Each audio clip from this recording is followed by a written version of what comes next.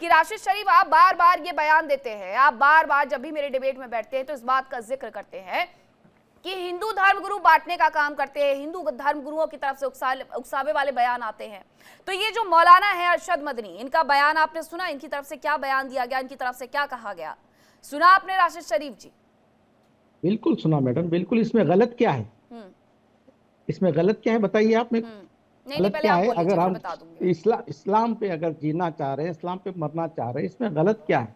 अगर कोई घर वापसी बोल के अगर इस तरीके की प्रोपेगेंडा करता है, अरशद मदनी साहब का जो बयान है ना मैडम, हिंदू राष्ट्र, हिंदुत्व, इस तरीके के जो घर वापसी, हिजाब, अवैध मकानात, अवैध मंदिरा, अवैध मसाजिद, अवैध मदरसे, ये चीजों की पे नहीं है। उनका जो बयान है कि भाई उनके इस्लाम के बारे में बात कर रहे हो, उनको हिंदुओं से नफरत की बात नहीं कर रहे हो। अगर कोई इस तरीके की हरकत करता है तो वो गलत है बोल रहे हो। भगवा अगर कोई ड्रेस पहन के इस तरीके से श्री जय श्री राम बोल के किसी को मारता है तो वो गलत है। अगर किसी की जान लेता है तो वो भी गलत है। मैडम आप, मैं इतने डिबेट तकरीबन 11 साल से मुसलसल चल रहे डिबेट, एक बयान बता दीजिए किसी मौलाना का कि मुस्लिम राष्ट्र के लिए डिमांड करे। एक बयान बता दीजिए किसी का कि है सो हिंदुस्तान से नाराजगी के बारे में बात। अरे हम जान देते मैडम, हिंदुस्तान पे हम जान देते, हम बिल्कुल बेइंतहा चाहते। आपको याद होगा आज का सिमी जो को क्यों बैन किया गया था राशिद शरीफ जी? अगर आप इतनी बड़ी बड़ी बातें कर रहे हैं तो मैं आपको याद दिला दूं, सिमी को क्यों बैन किया गया था, क्या कागजात मिले थे, 2047 में क्या इस्लामिक राष्ट्र बनाने की तैयारी की जा रही थी, ये शायद आप भूल गए राशिद शरीफ जी। और इस देश में रह करके इस्लामिक राष्ट्र की बात कर पाना तो बहुत नामुमकिन सी बात है, वो भी तब जब 14% आबादी हो। तो आचार्य अरुण कृष्ण, ये बयान ना तो बांटने वाला था और ना ही ये बयान कुछ ऐसा कहता है जिसकी वजह से हिंदुओं को ऑफेंड हो जाना चाहिए। क्या कहा है उन्होंने? यही तो कहा है कि 20 करोड़ की आबादी वाले जाग जाएं। भड़का थोड़ी रहे हैं, वो उठा रहे हैं, झकझोर रहे हैं। आचार्य अरुण कृष्ण, भारत सरकार इस मदनी गैंग पर क्यों एक्शन नहीं ले रही? इन दोनों बाप बेटों को उठा के जेल में भरना चाहिए। और ये कुछ नया नहीं कह रहे हैं, अभी संख्या कम है तो थोड़ा हल्का संभल के बोल रहे हैं। आपने सुना होगा अमेरिका का एक मौलाना, जिसको हमारे कुछ वामपंथी लोगों ने हमारे देश में निमंत्रण दिया एक चैनल पर, और आज कुछ दिन पहले उसका एक इंटरव्यू वायरल हुआ, आपने भी दिखाया, जो कहता है कि छोटी बच्ची का बलात्कार वर्सेस मूर्ति पूजा।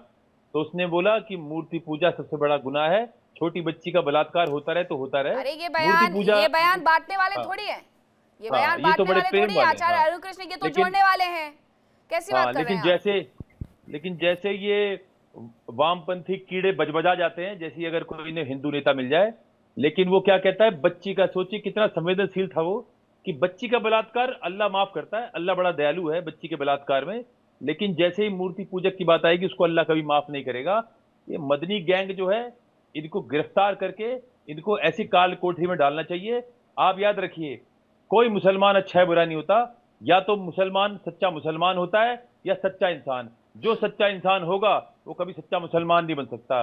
जो सच्चा मुसलमान होगा वो होगा जो कुरान की उन आयतों को मानता होगा, क्योंकि 73 फिरकों में से 72 फिरके जहन्नुम जाएंगे, केवल वो फिरका जन्नत जाएगा जो फिरका कुरान को एज इट इज मानता होगा। और जो कुरान को शब्दशः अक्षरशः मानता होगा, उसमें क्या क्या आता है? उसमें आता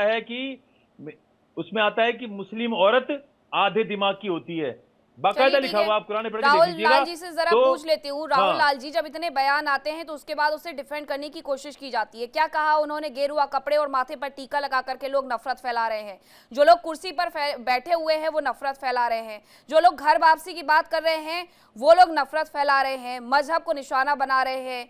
तो ये मुझे एक बात समझ में नहीं आती, मौलाना अरशद मदनी, क्या राहुल लाल ये भूल जाते हैं कि यही देश है जहां पर लव जिहाद की घटनाएं होती हैं, जहां पर ये इस तरीके से जो भड़काने वाले बयान हैं वो दिए जाते हैं? आपको याद होगा इस तरीके के जो बयान हैं वो किसी एक मौलाना की तरफ से नहीं दिए गए हैं, इल्तिजा मुफ्ती की तरफ से इस तरीके के बयान आते हैं। इसके बाद पीडीपी के एक और नेता है महबूबा मुफ्ती, जो आजकल संरक्षण कर रही है उस पार्टी का, उनकी तरफ से बयान आते हैं, लिंचिस्तान वाले बयान आते हैं, देश को बांटने वाले बयान आते हैं। इन्हें कुछ नहीं दिखता, इन्हें बस इतना दिखता है राहुल लाल कि भारत में मुस्लिमों पर अत्याचार हो रहे हैं, और हमें किसी को ये नहीं दिखता है राहुल लाल। मीनाक्षी जी, अगर मैं ये बात करता हूं कि मैं मर जाऊंगा लेकिन हमें हमें हमारे सनातन से कोई दूर नहीं कर सकता है, चाहे भले मेरी जान चली जाए, तो बताइए क्या इसमें मैंने भारतीय संविधान का उल्लंघन किया, किसी और धर्म को हमने जो है कि ठेस पहुंचाई? मुझे तो नहीं लगता। मैं ये कह रहा हूं बिल्कुल गर्व के साथ कि मैं सनातनी हूं और मैं मर जाऊंगा लेकिन सनातन से दूर नहीं होऊंगा। अगर यही बात मौलाना मदनी कहते हैं कि मैं मर जाऊंगा लेकिन हमें दीन से कोई दूर नहीं कर सकता, चाहे लाख बार हमें कोई मार दे, तो वो हमारे भारतीय संविधान के अनुच्छेद 25, 26, 27, 28 वो हमारा संविधान अधिकार दे रहा है। आज अगर वो ये चीज बोल रहे हैं तो वो हमारे संविधान ने जो विशिष्ट शक्तियां प्रदान की है, और वो हम हिंदू भाई सबों को, सभी धर्म के लोगों को वो शक्तियां मिली हुई है यहाँ पे। देखिए, मदनी जी के बयान से मैं 90% तो सहमत हूँ। हाँ, 10% बातों से मैं उनसे सहमत नहीं हूँ मीनाक्षी जी। 10% बातों से मैं सहमत नहीं हूँ। बोलने का तरीका ऐसा होना चाहिए जो भड़काऊ ना हो, एक समूह को दूसरे समूह में बांटने वाला ना हो। लेकिन एक चीज ध्यान देना पड़ेगा कि जब हमारे सत्ताधीश सत्ता के तंत्र पे राहुल लाल जी, ये जो बैलेंस करने वाली बातें कर रहे हैं ये नहीं हो सकती हैं। एक ही बात हो सकती है, या तो जो उनकी तरफ से कहा गया, नहीं ऐसे नहीं होता है। मुफ्ती शमून कासमी जी भी हमारे साथ जुड़ गए स्टूडियो में। मुफ्ती शमून कासमी अध्यक्ष हैं उत्तराखंड मदरसा शिक्षा बोर्ड के। चलिए मैं उन्हीं से पूछ लेती हूँ और जान लेती हूँ कि आज जो बयान आया, आपने सुना क्या कहा गया इनकी तरफ से? जो गेरुआ वस्त्र पहनते हैं, जो टीका धारण करते हैं, वो बेपढ़ी कौम है, हम दीन तक, ठीक है, किसने कहा है आपको कि आप अपना धर्म बदल लीजिए?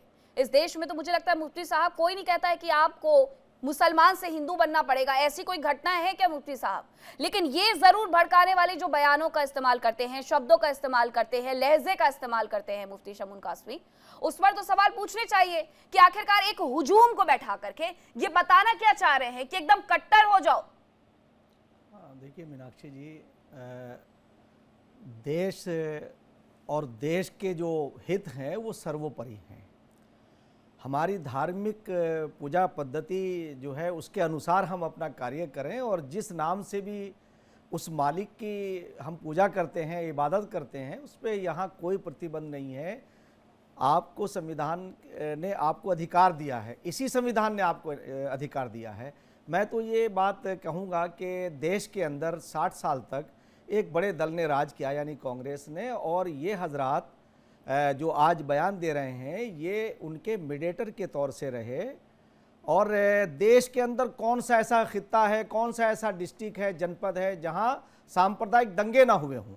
लाखों मुसलमानों की और हिंदुओं की हत्याएं हुई। आज 2014 के बाद पूरा देश दंगा मुक्त है। सबका साथ, सबका विकास, सबका विश्वास, सबका प्रयास आगे चल रहा है।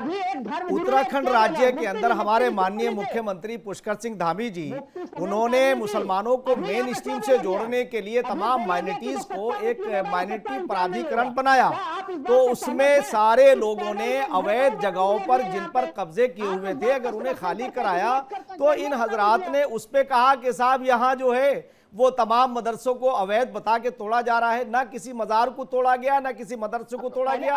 हमारे मुख्यमंत्री पुष्कर सिंह धामी जी ने उत्तराखंड के अंदर एक नई मिसाल कायम की कि तमाम माइनॉरिटीज के लिए माइनॉरिटी शैक्षिक आयोग बनाकर के सबको गुणवत्तापूर्ण एजुकेशन देने का फैसला किया। और ये देश के प्रधानमंत्री श्री नरेंद्र मोदी जी का वो विजन है कि सबके साथ, सबका साथ, सबका विकास, सबका विश्वास, सबका प्रयास। अब ये जो लोग हैं, जिस तरह से देश आगे जा रहा है, इन्हें ये बात पच नहीं रही है। अरे भाई देखिए, अगर आपके कहीं हितों का, कहीं आपका अहित नजर आ रहा है तो देश का जो संविधान है वो आपको इसकी इजाजत देता है। आप देश के प्रधानमंत्री से, देश के गृह मंत्री से और प्रदेश के मुख्यमंत्रियों से मिलकर के अपनी समस्याओं को बताइए। अगर उसका समाधान ना हो तब आप प्रोपेगेंडा करिए। आप पूरी दुनिया में प्रोपेगेंडा करना चाहते हैं, ये सरकार सबको साथ लेके चल रही है। राहुल लाल जी देखिए, तो इसलिए मैं मौलाना से ये बात कहूंगा, मुझे ये लगता है कि ये जो बयान, इस बात का तो ध्यान रहना चाहिए कि आप कौन, आपको ये कह रहा है कि आपके संवैधानिक कौन सी चीज नहीं। और दूसरी बात ये देखिए कि मौलाना मदनी इस देश में खड़े होकर के इस तरीके के बयान देते हैं और उसके बाद आप लोग बैठ करके उन्हें डिफेंड कर रहे हैं। और ये कोई सिर्फ मौलाना मदनी तक सीमित नहीं है। मैं आपको कुछ बयान सुनवाती हूँ जो हिंदुओं के खिलाफ है, जहरीले बयान हैं, और ऐसे कई चेहरे जो इस्लाम का तमगा थाम करके खुले मंच से हिंदू समाज को निशाना बनाते हैं। कभी परंपराओं के नाम पर हमला करते हैं तो कभी पहचान पर सवाल उठा लेते हैं, कभी मजहब के नाम पर सीधी धमकी दे देते हैं। कुछ और चेहरों को भी पहचान लीजिए। अच्छा बयान है, एक नसीहत है पूरे हिंदुस्तान के लिए, पूरी दुनिया के लिए, कि उनको सोचना चाहिए कि कमज़ोर लोग जब तक इकट्ठे नहीं होंगे जब तक उनका भला नहीं हो सकता। हुकूमत से हम नाउम्मीद हैं, तमाम सेकुलर पार्टियों से हम नाउम्मीद है। अगर मुसलमान नाउम्मीद होकर सड़कों पर आ गया तो उसकी जवाबदेही किसकी होगी? इसलिए मैं हुकूमत से मांग करता हूं। औरतों के हिजाब और निकाब निकाल रहे हैं, तो you know what is happening here. यहाँ हिंदुत्व भी हम नहीं चलने देंगे। तो शेखर कुमार जी, आपने ये तीनों बयान सुन लिए। 1 मिनट में हम चाहें तो दंगा हो जाएगा, मुसलमान तो बैठा हुआ है, हमें हुकूमत से किसी भी तरीके का कोई भी कुछ रह ही नहीं गया है हुकूमत की तरफ से, हम हिंदू तो आपका चलने नहीं देंगे। तो शेखर कुमार जी, ऐसे बयानों के बाद ये ना बोला जाए कि ये बांटने वाली राजनीति है, ये लोगों को भिड़ाने वाली राजनीति है, तो और क्या बोलूं? आती उसके बाद मुफ्ती साहब। मीनाक्षी जी, देखिए, धर्म गुरुओं के जो बयान आते हैं, ये चाहे इस्लामिक धर्म गुरु हो, हिंदू धर्म गुरु हो, अभी पीछे शाहरुख खान वाली जो टीम थी उसका वो कर दिया कि बांग्लादेशी प्लेयर को इन्होंने क्यों ले गए। इन्होंने सवाल बीसीसीआई से नहीं पूछा कि उसको क्यों इजाजत दी बीसीसीआई ने। सिलेक्ट तो लिस्ट बीसीसीआई करती है। उसके बाद जूही चावला को ओनर थी, पॉलिटिकल एजेंडे में नहीं आ रही। और आज उसका हश्र क्या हुआ कि आज इन धर्म गुरुओं के चक्कर में बांग्लादेश ने आईपीएल के चक्कर को कह दिया कि हम हिंदुस्तान में नहीं खेलेंगे। नहीं, धर्मगुरुओं के चक्कर में नहीं सर, ये एक भारत की बात है, ये हमारे देश की बात है। और अगर किसी को लगता है कि वो आईपीएल नहीं दिखाएंगे उससे भारत को कोई फर्क पड़ जाएगा, तो मुस्तफिजुर रहमान जैसे लोगों के ना बिकने का फर्क उस देश को पड़ेगा। लेकिन इस देश का वो मैच देखे ना देखे, यहाँ किसी को कोई फर्क नहीं पड़ने का। मैं आपको बता रहा हूँ, ये वो देश है जहाँ 80-20 की बात होती है। अभी एक धर्म गुरु जो बहुत बेतुकी और बेढंगी बात कर रहे थे एक धार्मिक किताब के लिए, इनको ये नहीं पता पड़ोसी देश में 90-8 का रेशियो है। आप 80-20 में ये करेंगे, वहां रोज कितनी हत्याएं हो रही है, और वो भी आपके ही कारण हो रही है। दूसरी बात, अच्छा, आचार्य अरुण कृष्ण ने कहा है ये बड़े बड़े अपराधी इंग्लैंड की कोर्ट में जाके कह रहे कि यहाँ पे तो एक धर्म के साथ इतना गलत हो रहा है, क्योंकि नेशनल टीवी पे ऐसे बैठ के धार्मिक गुरु बयान देते और वो यहाँ पे उनका एक्सट्रेडिशन नहीं हो रहा है। तो आज सबसे बड़ी बात क्या है कि देश की बात है। डोनाल्ड ट्रंप सीधी धमकी दे रहा है, और यहाँ आप हिंदू मुस्लिम के कारण हो रहा है, कुरान में ये लिखा, तुम जैसे वामपंथी कैंसरों के कारण हो रहा है। तुम जैसे वामपंथी कैंसर जब तक इस धर्म में रहेंगे तब तक सनातन धर्म का कभी उत्थान नहीं होगा। मुझे मुसलमानों के बारे में ये चीज प्रशंसनीय लगती है कि सारे मुसलमान एक भाषा बोलते हैं, लेकिन सनातन हिंदू धर्म में तुम जैसे वामपंथी कैंसर, तुम जैसे दीमक, तुम जैसे बिके हुए दलाल जो हैं, ये हमारे धर्म के सबसे बड़े शत्रु हैं। हमारा शत्रु कोई और नहीं, हमारे शत्रु ये दरबारी, ये जो दरबारी हमारे धर्म में दरबारी बैठे हुए हैं, जो 2-2 पैसे में बिक जाते हैं छोटे छोटे पदों के लिए। इस जैसे वामपंथी कैंसर के कारण होता है, जो कैंसर बैठा है वामपंथी कैंसर, ऐसे वामपंथी नहीं शेखर कुमार जी, मुझे एक बात समझ में नहीं आती है कि जब आप बात करते हैं कि धर्मनिरपेक्षता की बात होनी चाहिए, तो एक समाज ने क्या ठेका लिया हुआ धर्मनिरपेक्षता का? महंत रामदूत दास जी, सिर्फ एक समाज बात करेगा धर्मनिरपेक्षता की, दूसरा समाज से बात करेगा बंटवारे की। यही राशिद जी थे ना, ये क्या कहते हैं कि बांग्लादेश में क्या हो रहा है हमें क्या लेना देना, लेकिन हम गाजा की बात करेंगे। क्यों? क्योंकि इंसानियत के नाते इनकी इंसानियत वहां पर जाकर के मर जाती है, और यहाँ पर इनकी इंसानियत जो है वो जागृत हो जाती है। जब बात गाजा की होती है, जब बात बांग्लादेश की होती है, तो इनकी इंसानियत कहाँ चली जाती है? आग लग जाती है उसमें। देखिए मीनाक्षी जी, जितने भी यहाँ ये शेखर कुमार हैं, राहुल लाल जी हैं, जो अपने आप को सो कॉल्ड सेकुलर मानते हैं या संविधान के बहुत बड़े ज्ञाता मानते हैं, उनसे सिर्फ एक ही चीज कहना चाहूंगा कि अगर आपको लगता है कि अगर हिंदू धर्मगुरु अगर गलत हैं तो मुझे आपके सर्टिफिकेट की आवश्यकता नहीं है। अगर यहाँ बात 80-20 की हो रही है तो अब आप बात 80-20 की ही होगी।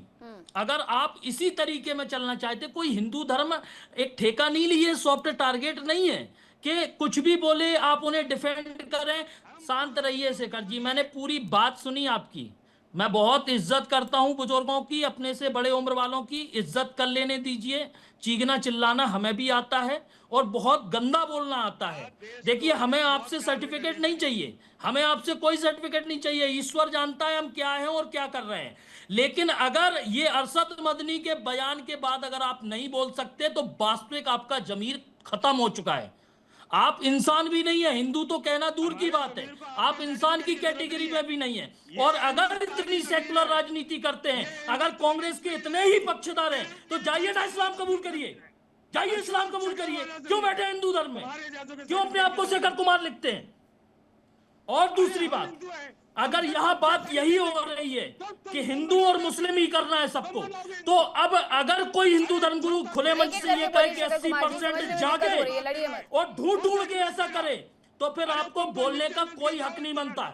यहाँ गंगा जमनी तहजीब, हिंदू मुस्लिम भाईचारा सिर्फ एक स्लोगन बचे हैं, और अब हिंदुत्व कोई सॉफ्ट टारगेट नहीं है। हिंदुस्तान में बस इतनी जगह रह गई है कि आप हिंदुओं के बारे में कुछ भी बोलते रहिए और आपसे कोई सवाल भी ना पूछे। आप गेरुआ कपड़े और माथे पर टीका लगा करके नफरत फैलाने वाले लोगों को बताते रहिए और हम सब बैठ करके सुनते रहे। शशिकांत शर्मा जी, हमारे यहाँ 13 अखाड़े हैं हिंदुओं में, और वो 13 अखाड़ों में ये जो गेरुआ वस्त्र धारण करके बैठते हैं, कुछ वैष्णव अखाड़ों को हम छोड़ दें, और उसके अलावा हमारे उत्तर प्रदेश के मुख्यमंत्री योगी आदित्यनाथ गेरुआ वस्त्र धारण करते हैं, तो ये सब अनपढ़ हैं, ये सब जातियों में लोगों को बांटने वाले हैं, ये इनके जो बयान आते हैं ये नफरत फैलाने वाले हैं। ये लोग क्या ये करते हैं देश में, या देश को एक साथ जोड़ करके रखने वाली बातें करते हैं? बताइए जरा। जाकिर नायक एक भगोड़ा, वो भाषा जो है मदरी की जो भाषा है, मिली जुली भाषा है। मुसलमान युवाओं को भड़काना, उनकी जिंदगी को बर्बाद करना, एक अच्छी लाइफ जो होती है, जो एजुकेशन जो होता है कि एक एजुकेशन ले और एक अच्छी नौकरी करे, परिवार को पाले, ये नहीं चाहते हैं कि मुसलमान जो बच्चे जो पढ़ना चाहते हैं, पढ़ के एक तालीम हासिल, अच्छी तालीम हासिल करके कुछ बनना चाहते हैं, ये चाहते हैं कि ये पढ़ाई लिखाई ना करे, दंगे में शामिल हो, पत्थरबाजी करे, लव जिहाद करे, लैंड जिहाद करे, ये जिहाद में शामिल हो, जिससे इनकी लोकप्रियता बढ़ती रहे। इनके मंच के सामने हजारों लाके अनपढ़ गंवार मुसलमान लोग बैठे, ये इनका एक सपना है, जिसको वो सपना पूरा करने के लिए किसी हद तक चले जाते हैं, किंतु इनको मालूम है ये हिंदुस्तान है, यहाँ इस तरह की बातें नहीं चलेगी। हिंदुस्तान के मुसलमान बहुत समझदार है, और इन्होंने जिस तरह की बातें की हैं कि हिंदुस्तान में हिंदुओं का सफाया कर देंगे, फलाना कर देंगे, नहीं। और ये उनके कोई पहले बयान नहीं है। राशिद शरीफ जी, अगर मैं पुराने बयानों का जिक्र करूं, आपको इस बयान में शायद कुछ भी गलत नहीं लगा है, लेकिन वो तो जो यूनिवर्सिटी थी जहां से ये डॉक्टर निकले थे, उस यूनिवर्सिटी के चांसलर के पक्ष में भी वो बोल देते हैं कि वो मुस्लिम थे इसलिए उन्हें निशाना बनाया गया। मतलब इस देश में अगर कोई किसी गलत गतिविधियों में लिप्त है तो उसे इसलिए निशाना नहीं बनाना चाहिए, उससे इसलिए सवाल नहीं पूछना चाहिए क्योंकि उसका धर्म जो है वो इस्लाम है ना राशिद शरीफ जी? वो ये कहते हैं कि जिहाद करेंगे, वो ये कहते हैं कि मर जाएंगे लेकिन वंदे मातरम नहीं गाएंगे। इतने ऐसे बयान देते हैं वो, और उसके बाद खुद जाकर के एक जगह चुपचाप बैठ जाते हैं और अपने मुंह से उनकी तरफ से कोई भी नहीं आता। अगर उनसे बोला जाए टीवी डिबेट में जुड़िए, आपने जो बयान दिया है उस पर आकर के आप अपनी बात रखिए, कभी वो नहीं आएंगे, क्योंकि उन्हें पता है कि उनके एक एक बयान को यहाँ पर छील करके रख दिया जाएगा। उन्हें नहीं चाहिए ये राशिद शरीफ जी, उन्होंने जो कह दिया और उसके बाद आप लोगों को लड़ने के लिए छोड़ दिया।